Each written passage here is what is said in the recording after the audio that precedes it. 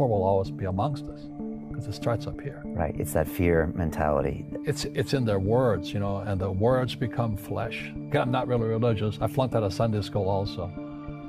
But when they say I can't afford it or I can't do that, they go down. They become what they say. And I made so many people, I can't afford it. You think I'm made of money?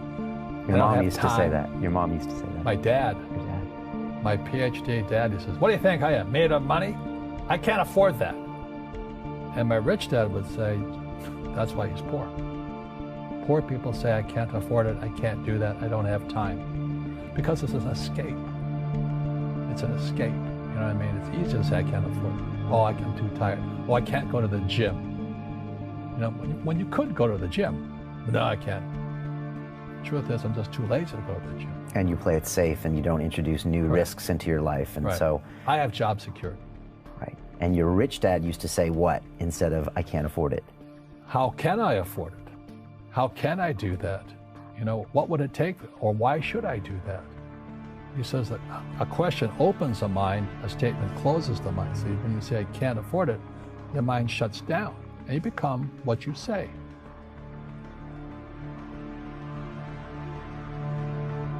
What does school teach you about money? Nothing. And that's not a mistake. That's not an accident.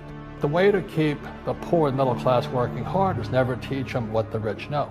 What the rich teach their kids about money, the poor and middle class do not. If you read Rich Dad, Poor Dad, Rich Dad's lesson number 1, the rich don't work for money. Don't you touch that stuff. If I pay you, you think like an employee. Your brain will change. If you learn never to work for money, you'll be a rich man. The people that are being screwed today are the poor and middle class because they work for money. You know, the banker press, they're not working for money. They have money working for them. Yeah. Very big difference in mentality here. What is financial education?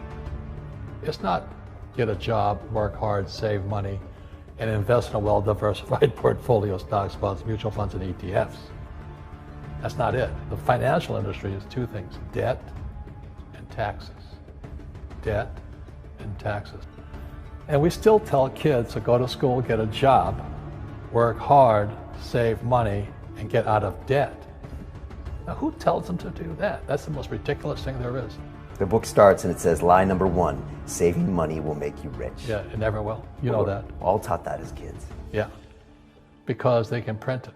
Why would you save it and why would you work for it if they can print it faster than you can work for it? And number 2 is they keep dropping the interest rates on it. You know, Japan still has zero interest rate policy.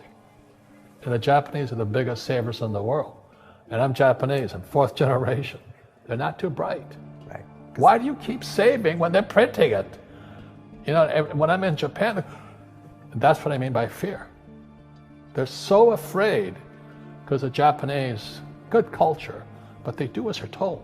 Right. It's very conformist. Very conformist, very conformist. So they just do as they're told, and then they just save money, and their government, this guy Abenomics, is just printing trillions of it and buying ETFs with it, and they don't know what to do. They're afraid they might make a mistake. They're good little students in school. Go to school, get a job, don't make mistakes. So what happens to the average person in a financial crash, they don't know what to do. And right now, as you know, for the middle class of the world, we're in a crash. You know, the purchasing power of the yen, the euro, the rupiah, all going down. And people are working harder and harder and harder, and the central banks of the world are printing more money.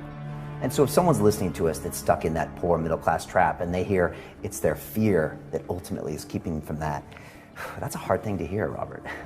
Well, every time I do a lot of speaking to the masses out there, you know, Lehman doesn't invite me in because we're gone, but they go, well, what, you know, it's so risky. What you're saying is risky. And I said, what I do isn't risky for me, but it's risky for you.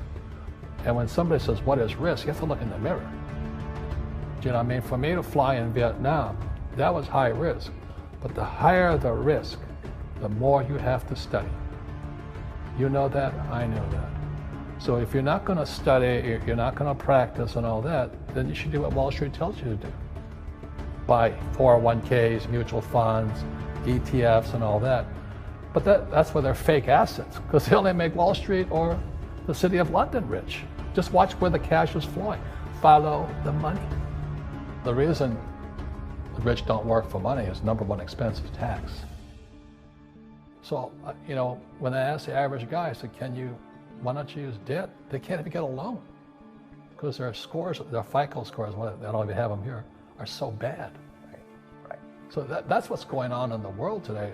It's fake money, fake teachers, fake assets. The school teachers will never tell you that because they don't know it.